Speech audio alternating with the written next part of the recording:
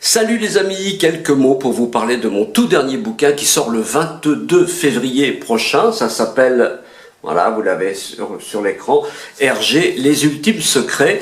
D'abord, je voudrais remercier tous ceux qui l'ont précommandé et qui ont voulu un bouquin dédicacé avant sa sortie le 22 février. Rassurez-vous, le bouquin, il arrive, mais je ne pouvais pas vous l'envoyer avant de l'avoir reçu moi-même.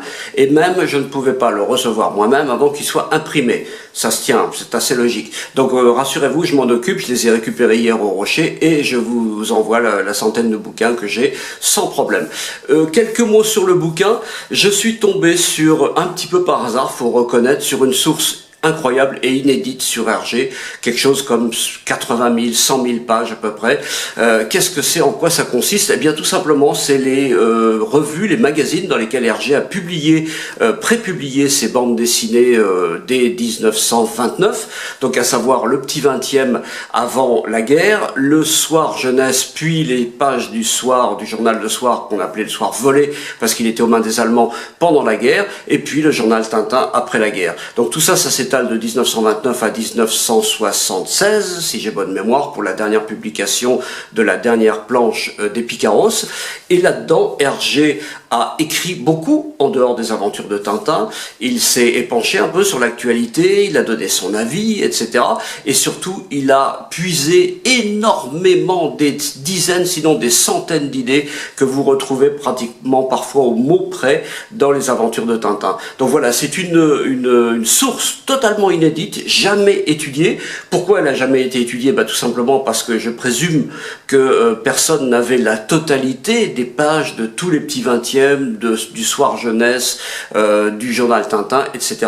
Donc j'ai passé des mois et des mois, sinon des années, à compiler tout ça, à récupérer la totalité de ces pages, et puis encore énormément de temps à scroller, comme on dit. Une fois que tout a été scanné, ça a été un peu plus rapide, à passer en revue toutes les pages de ces magazines, et puis de temps en temps, je tombais sur un titre, sur un sujet, sur un article, sur un éditorial, etc., qui faisait tilt, et je me dis, tiens, ça pourrait avoir tel rapport avec tel ou tel BD. Donc évidemment, il y a beaucoup de déchets dans tout ce que j'ai cherché, mais il y a aussi des pépites, des trucs absolument inouïs qui n'ont jamais, je le précise, jamais été publié, ni même étudié par qui que ce soit. Donc c'est vraiment un scoop.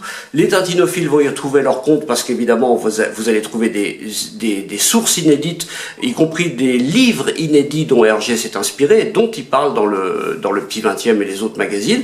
Et puis vous allez aussi avoir des scoops sur les opinions d'Hergé. Comment a-t-il vécu la montée du nazisme? Était-il vraiment misogyne? Était-il vraiment antisémite? Était-il vraiment raciste, etc.